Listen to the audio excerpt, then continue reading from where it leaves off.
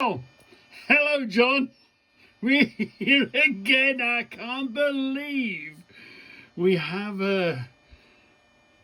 we pick up the same things. We're interested in the same things. Madness, isn't it? It's just madness.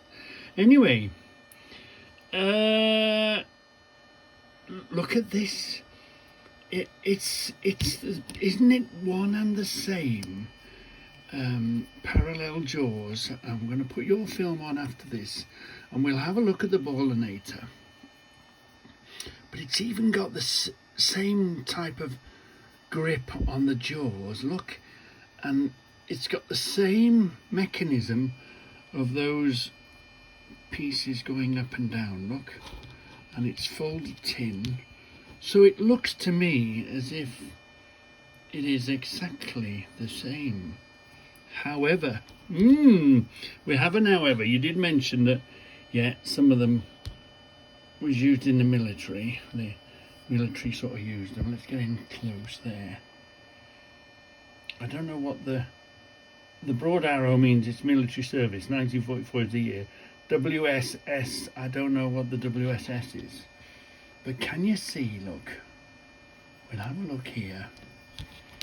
Imprinted in here is Wolseley, Birmingham,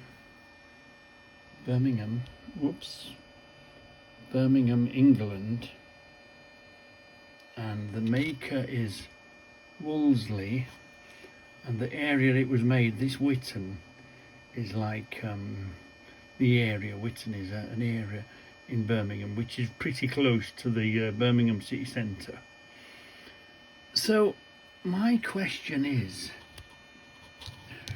who made it first? Is somebody copying? And this, not just because of this particular tool that we've bumped into, but who is copying who? Has somebody got it with a license?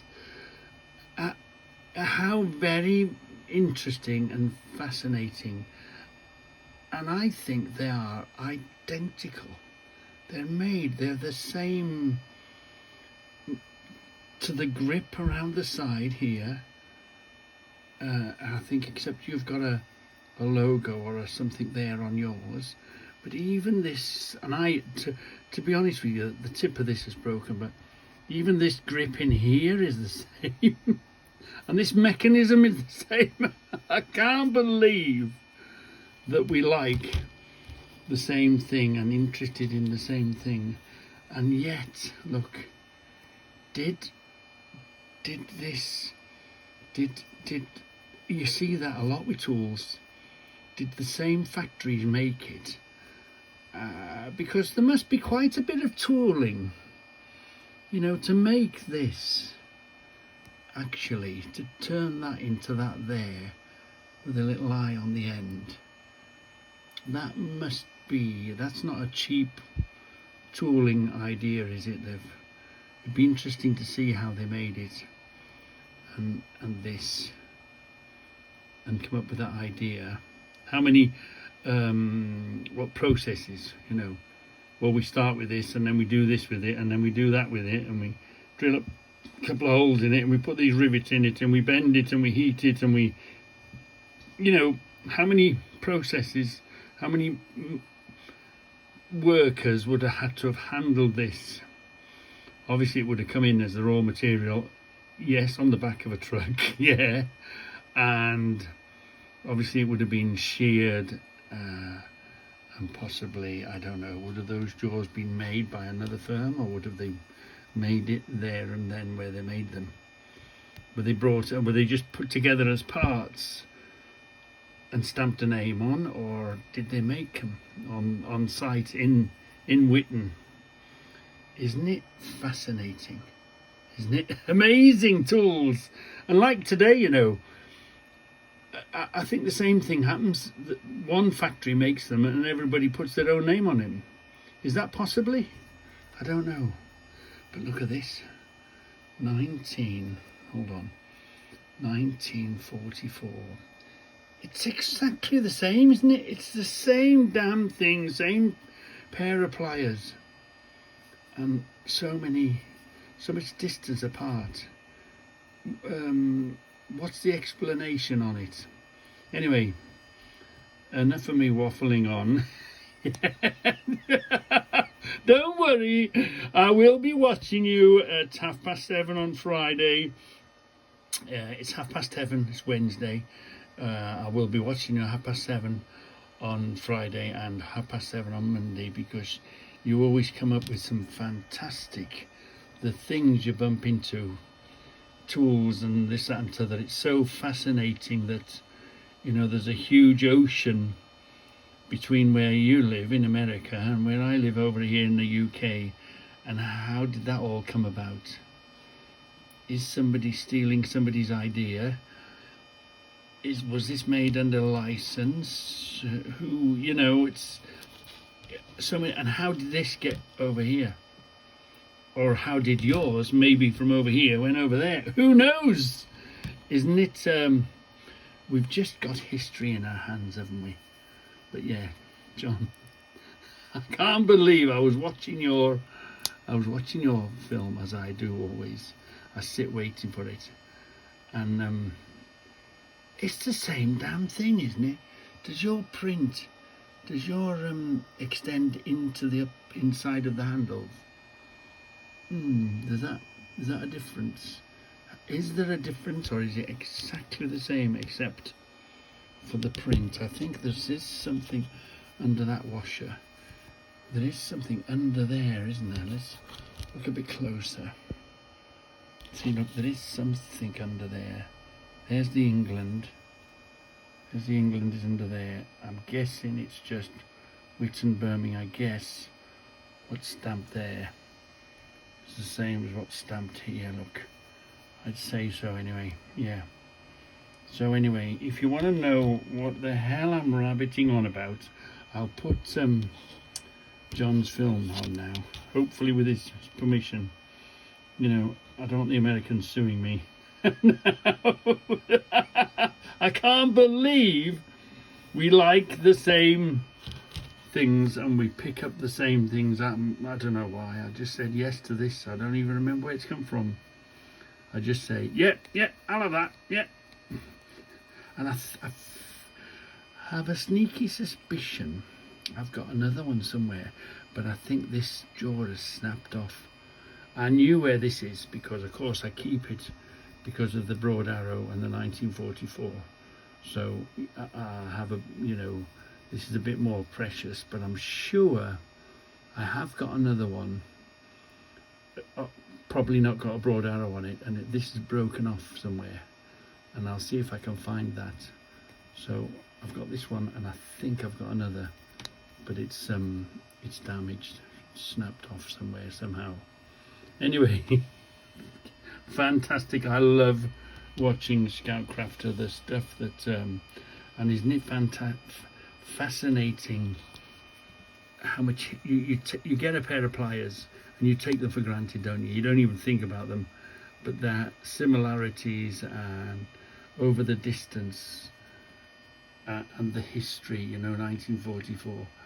Yeah, not quite 100 years old yet, but we're getting there. It's 80 years old, isn't it, this? Collecting vintage tools is such a fascinating, interesting hobby. Yeah.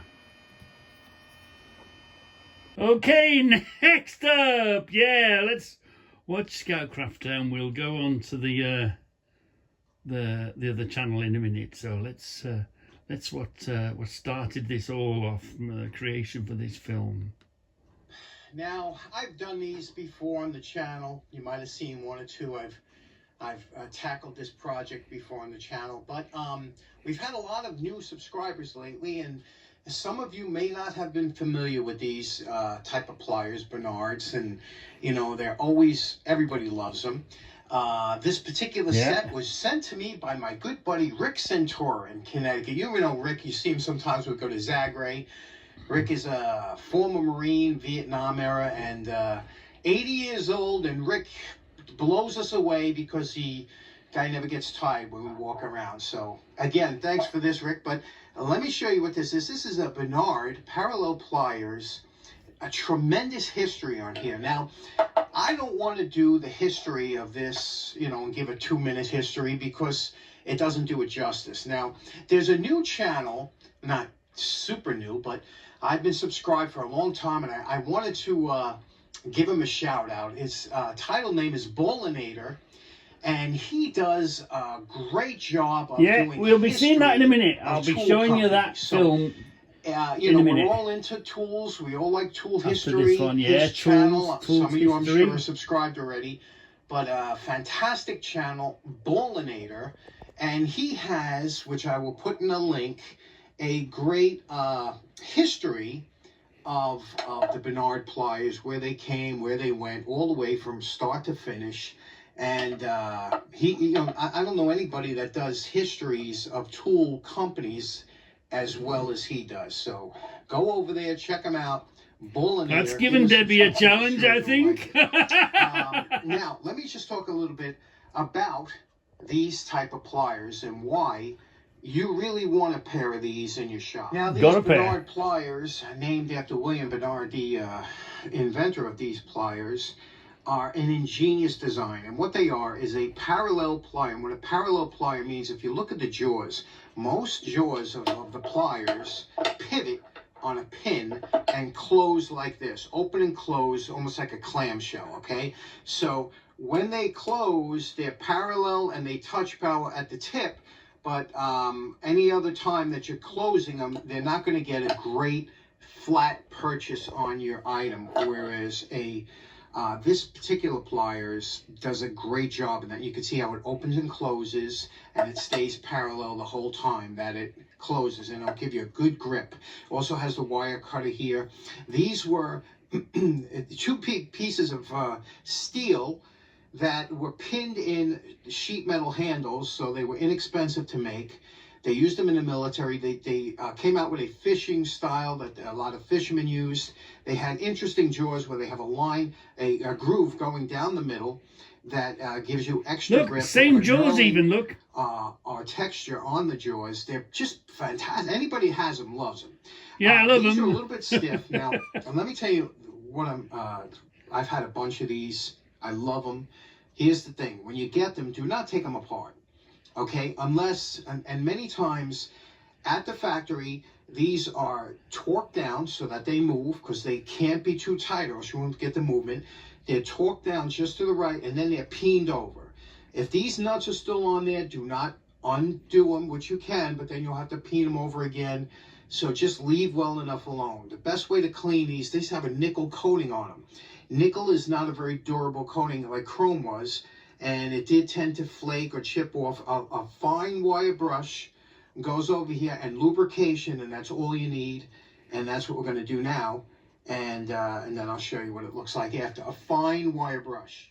Now our task here is to remove all the rust and preserve as much of the nickel coating or plating as we can. Again, this is a fine wire brush that I have on my lathe that I use, and you can see I'm working in between the grooves of the embellishment on that handle, and you can see how nicely this will come out with just the wire brush. Now we're taking it over to a worn out fiber wheel just to get the rest of it, and then we're ready for lubrication. Now, again, this was stiff, so what I want to do is I want to use some 50-50 half acetone, use 50-50 all the time, John. Spray it on liberally, and then work it back and forth in all the joints of the pliers. Now, after you've worked through the 50-50, gotten it through all the joints and made sure that anything that comes out residually, just keep wiping it until you have until it's almost dry, because the 50-50 with the acetone will dry, will leave a thin layer of automatic transmission fluid behind. But then what I like to do is I like to take my Tri-Flow, which I use a lot for my locks, and give it a spray on all the joints here. Okay, and you got to make sure you get inside the back here, because there's two slots that these pins right up and down. You see exactly the same, isn't it? And now the Tri-Flow is a real good lubricant. And then just work it back and forth, and there you go. Okay, you know my favorite part. Remember what Rick's Bernard parallel pliers looked like before we started? And we're calling this project done. Now, Bernard made hundreds of different variations off of this design, the parallel jaw. He made hole cutters and hole punches, specialty tools. He had a lot of patents by the time he died, and this is we'll have to go and find these in the books, popular. won't we? This one here had the side cutter built in. Yeah. He also had ones that didn't have the side cutter. The side cutter works very nicely. You could see here, you could hear that snap in there. Listen, you know, it's shooting it across the room, so you know it's sharp. You can see what we did with the handles here. Got rid of all the rusting. These are sheet metal handles. They tend to rust because of the hand sweat, the oil, and the salt of your hands. So you always got to make sure you keep these well polished and waxed to the inside here. The inside's got all the rust. It's a beautiful pair.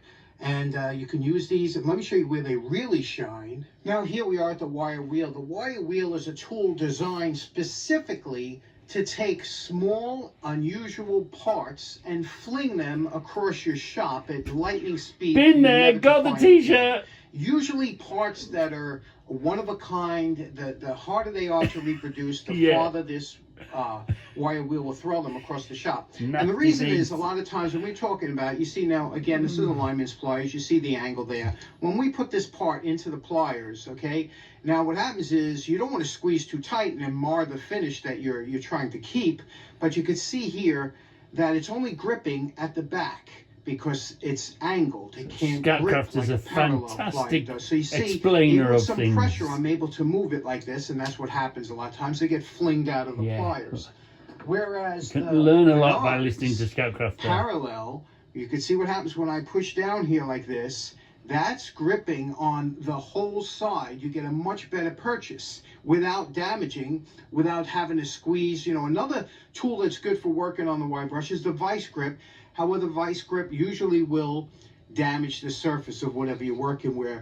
The Bernard just grips it with enough pressure that you won't have to worry about losing it. So these are really good for wire brush work.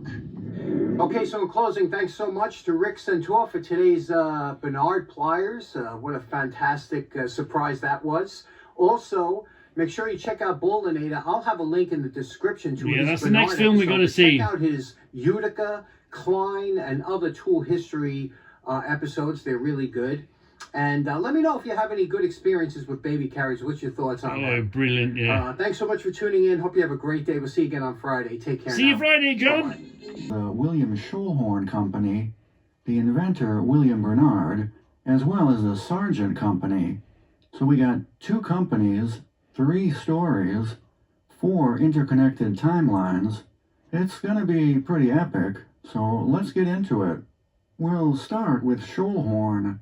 The tale of Schulhorn starts in 1863 in New Haven, Connecticut, where William Schulhorn, an immigrant from Germany, had set up a machine shop.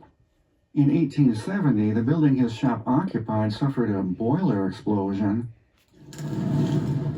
Thankfully, Schulhorn was out of town when it happened, but the business was a total loss. Schulhorn would move to a new location and team up with a friend, Julius Burbecker, who acted as a sales agent. In 1880, the duo then teamed up with another friend, Captain Frank Teasing, to form Schulhorn and Teasing Manufacturing Company. Their initial products were scissors and shears under the Star brand, along with dividers and calipers, pencil holders, cigar cutters, sleigh bells, locks, and other hardware specialties. Teasing would pass away in 1884 and Burbecker would buy out his shares. Schulhorn himself would pass away in 1890, and the business would then reincorporate in 1891 as just Schulhorn & Co., now headed by J.J. Henderson as president, Schulhorn's son Frank as treasurer, and one William Bernard as vice president. William Bernard was born in 1848 in Lynchburg, Virginia, into a tobacco farming family. His first patent came at the age of 24 in 1872 when he invented a new type of tobacco knife. He would apprentice as a machinist and travel to Baltimore, Maryland, then to New York City, and eventually settle in New Haven, Connecticut, where he went to work for Schulhorn. and became known as the Thomas Edison of hand tools. In 1890, Bernard created his most well-known invention, the parallel jaw pliers. These pliers used 3 pivot points and 2 sliding points to keep the pliers' jaws aligned with each other, no matter what the jaw size. They were truly revolutionary for their time, and are kind of a precursor to the Knipex pliers wrench. The Bernard pliers featured a simple folded sheet metal design for the handles, which allowed them to be mass-produced easily, and later on they'd be offered with a built-in wire cutter. Yeah. Bernard would go on to produce at least 55 more patents for Schoellhorn, including high-leverage nippers, several types of dividers, multiple types of hole punches, various designs of specialty pliers, slip joint pliers, a cool stapleless So vintage stapler, tools, well, all tools are so cool fascinating. nail set. Until you get into them, you Final don't patent realise was granted in what you've got in your 1930 hands. at the age of 82 for these geared bolt cutters. When Bernard became VP of Schoellhorn in 1891, he owned 200 shares, or around 15% of the company. One source said he had purchased a controlling interest, but I was not able to confirm that. Schoellhorn would market Bernard's inventions under the Bernard brand, using a St. Bernard dog as a mascot. This dog would get them in trouble with another company, Riley Carr out of Sheffield, England, who also used a dog in their logo for Stanch brand files. There we are. The court initially ruled in favor of Riley Carr, even though files and pliers are two completely different things. Schoellhorn appealed the decision and eventually won in 1912 after promising not to use the Bernard logo on any files. Schoellhorn had a previous run-in with the legal system in 1896 when Adolf Schatz, who worked for the Bridgeport Manufacturing Company, invented another set of parallel jaw pliers that looked awful similar to Bernard's. The court ruled in favor of Schoellhorn. Bridgeport would appeal in 1899, but ultimately lose. During World War I, Bernard pliers were purchased by the U.S. Army. In 1935, Schoellhorn would move to a new location on Chapel Street. During World War II, Bernard pliers were again purchased by the U.S. Army, and after the war, many of those pliers were sold as surplus, with companies like Sears selling them as cheap as 37 cents each, which would be under $5 in today's dollars. Interesting. I suspect this caused Schoellhorn some financial issues in the post-war era, as in March of 1946, the workers at the plant went on strike and picketed, dressed in formal evening wear, in front of the company president's house. The company president at the time was Lillian Berbecker Webb, who I believe was the daughter of Julius, but I couldn't confirm. I also couldn't confirm if the strike was ever ended, because in 1948... Oh, 1948. The William Schoellhorn Company was purchased outright by Sargent Manufacturing, another New Haven company best known for their wood planes. To tell the story of Sargent, we're going to have to go back to the beginning, to 1849 in Leicester, Massachusetts, where Joseph Bradford Sargent took over his father's business, the J.D. Sargent Company, along with his brother, George Henry. The J.D. Sargent Company made hand cards, which were tools for straightening wool fibers in fabric mills. In 1854, the brothers changed the name to Sargent Brother and Company. There was no company at this time, but the Sargent brothers thought the name sounded better that way. They set up an office in New York and started a sales agency, selling locks and hardware on commission for other companies. Well, see, the Midlands here is very much a lock-making place. Willenhall, Connecticut, needed money. lock-making centre. The Sargents loaned it to them, and when Peck and Walter went out of business in 1857, the Sargent brothers were able to take ownership of the plant during the bankruptcy and renamed it the J.B. Sargent Co., now producing their own hardware. In 1863, Sargent moved to New Haven, Connecticut. By the end of the Civil War, Sargent was the largest supplier and distributor of hardware in the United States. The famous Sargent bench plane was introduced in 1884. Sargent would also receive numerous patents, many invented by John H. Shaw, like this adjustable system for plane knives. They also had a patent granted in 1891 for parallel jaw pliers. These also look similar to the Bernard ones, except they have a pivoting lower jaw. I've never seen one of these pliers IRL, so they may not have ever produced them, which would explain why they never got sued by Schoellhorn. Oh, we need to find them, don't we? Pass away in 1907 and GH in 1917, when Henry Sargent took over the company, until his death in 1927, when the company was then took over by George Sargent.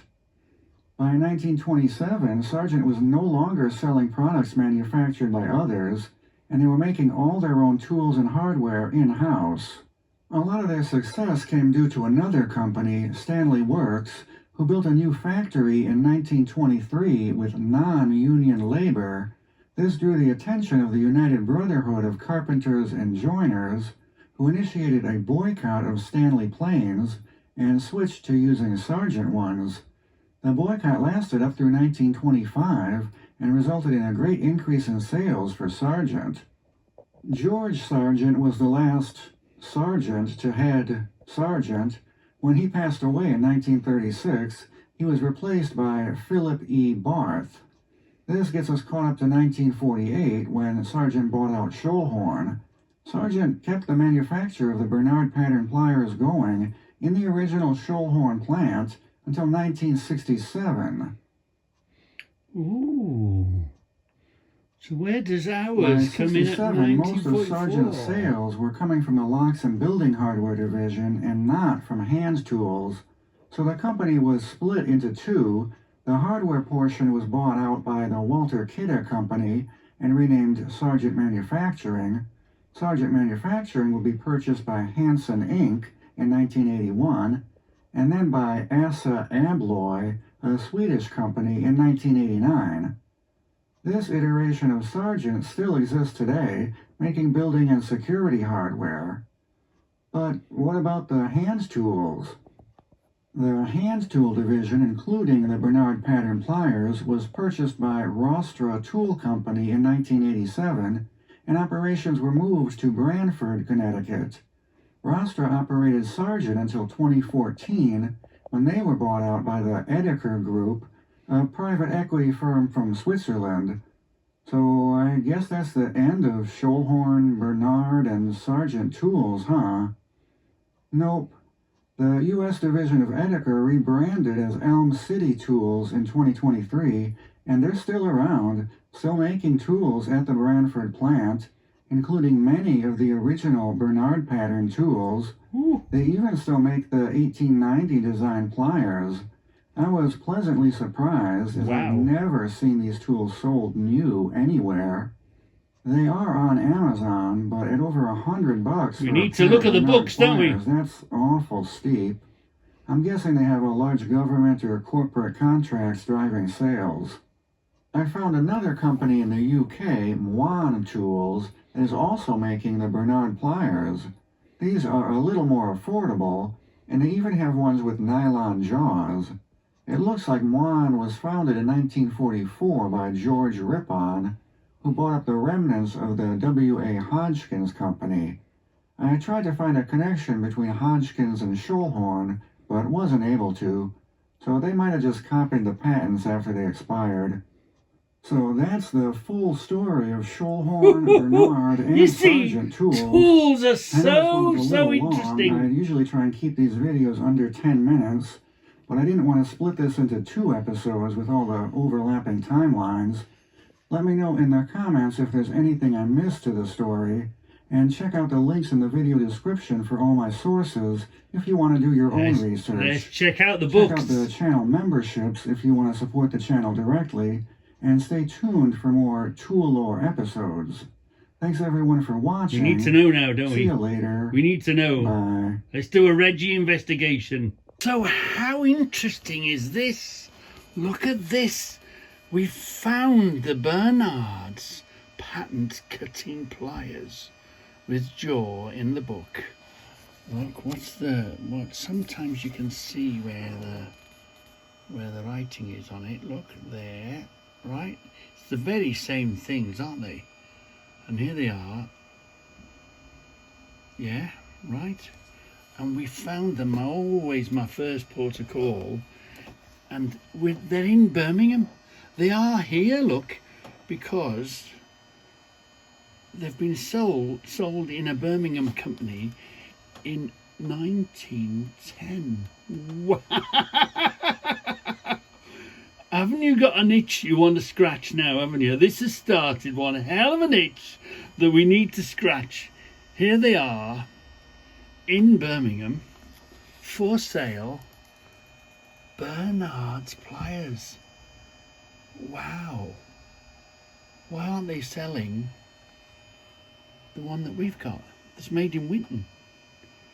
Now, let's have a look what the offering is on Buck and Hickman. Let's go to 1935 and see if we can find them in the Buck and Hickman book. The great thing about the index is they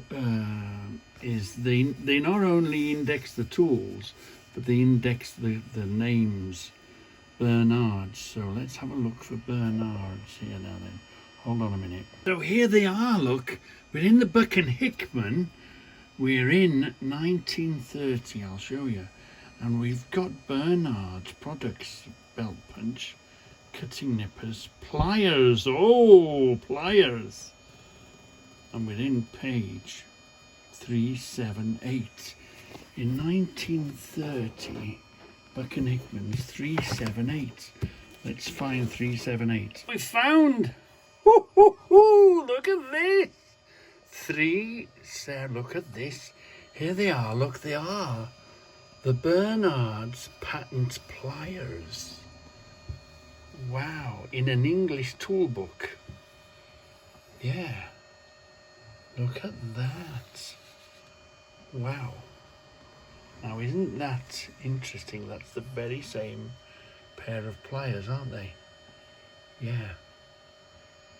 Wow. And you know, the things that you look at, and you know, this is the page pliers. There's these parallel ones that they were talking about. Here's a footprint there. Wow. Look. Another one, the nippers. Bernard's. They're selling quite a bit of Bernard's products, aren't they? Yeah. They're the cutting nippers. Have we got any other Bernard products in here? There was quite a few, wasn't there? Yeah. Cutting pliers. We've got Bernard's end cutting nippers here. Yeah. That's a Starrett one. Let's see if we've got any other Bernard's products. This is the type. Oh, look, I wonder, is that where the groove in, what is this called? Bernard pliers. What does it say about it? It says open throat, parallel jaws, close in handles, full nickel plated, flat nose pliers. Closed in handles. Yeah, see, now mine hasn't got closed in handles, does it? No. Blimey. So, where are we going to go from here? Where are we going to go from 1930? So, that's a 1940 on there. Let's jump forward to 1946. We're at 1959 now. So let's have a look what 1959 is offering. So we want BER, don't we? BER. So Bernard's have disappeared out of the book. Oh, so let's have a look or the other name, the Birmingham maker we had on the tool. Hold on there. Looking for WOL. Wolseley, WOL, so WA and then WOL, WE, and then NOPQRM, Wolseley, WO, what was it? WOL, WOL,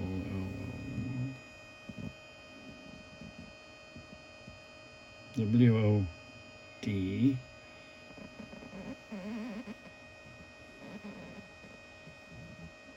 Wolf is there? Wolseley, come on.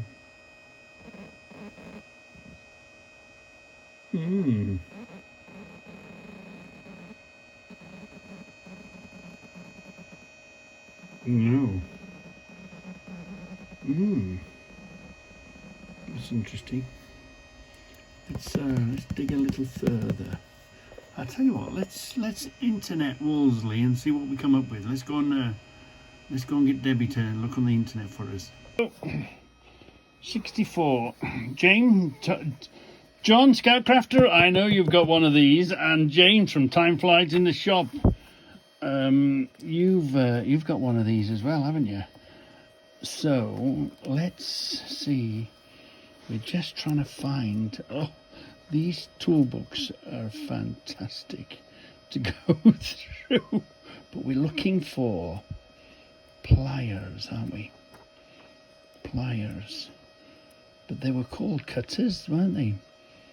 It depends what they've called them. What's the name on them? Let's see if we can flick through this and just glimpse a pair of pliers somewhere. There's bound to be wheelbarrows. Blah blah. Let's get towards the hand tools. It's lovely seeing the tins, what the tins are supposed to look like at that time. Gloves welding, yeah. Hold on. It's we've got to have hand tools here somewhere, haven't we? Right, boys. John, dig your book out and see if you can find them, or find a similar thing in your books. What name would they come under? We haven't found pliers yet. Keep going. Massive these books are. I love hunting stuff down. It's in our head now, isn't it? This is and you.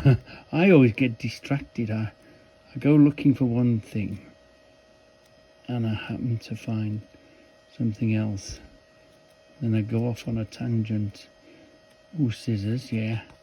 Hammers. Are we getting near them? There was a pliers there of some sort, wasn't there? No. More like specialist tools. There's still another whole load to go through. Come on. Flash past our eyes. Pliers. If you see pliers, shout out. Come on. Axes, chisels.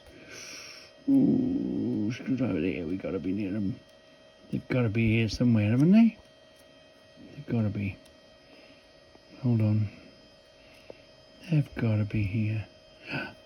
Gilboa cutters, yeah. No, not quite the same. You've literally got to go through each and every page to catch what you want. Let's they could be there by them, couldn't they? We know we're missing so many pages as we flick through, don't we? Come on, show yourself, you little demons. You're hiding away in the books. Here we are. Hold on, hold the boat. Right. Pliers. Are they here? No. Is Barnard... Oh! Yeah. Side cut pliers. But it doesn't say who they're made by. Look at that now. Blimey, flat nose. Parallel action pliers. But they don't have a trade name on them. Round, what's that, round belt plier? Same there, look. Interesting. Very, very interesting. What program did you hear that before? Look, come on. If they're anywhere, they've got to be in here somewhere, haven't they? Bernard.